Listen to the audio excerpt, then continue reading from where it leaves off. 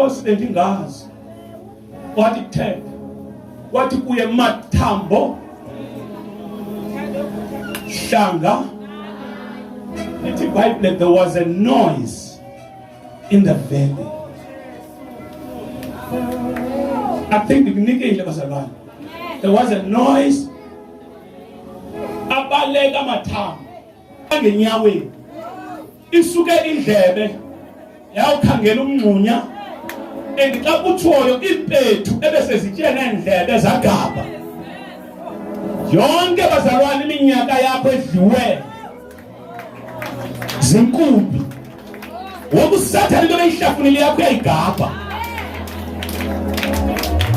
because there was a prophetic voice ephuma emlonyeni kaHezekiya yahlanganisa Mathambo uthi ndabona nanga Mathambo ehlangana.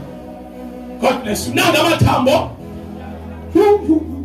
into ezilahlekile ziyabuya, into ezifile ziyabuya ziyavuka.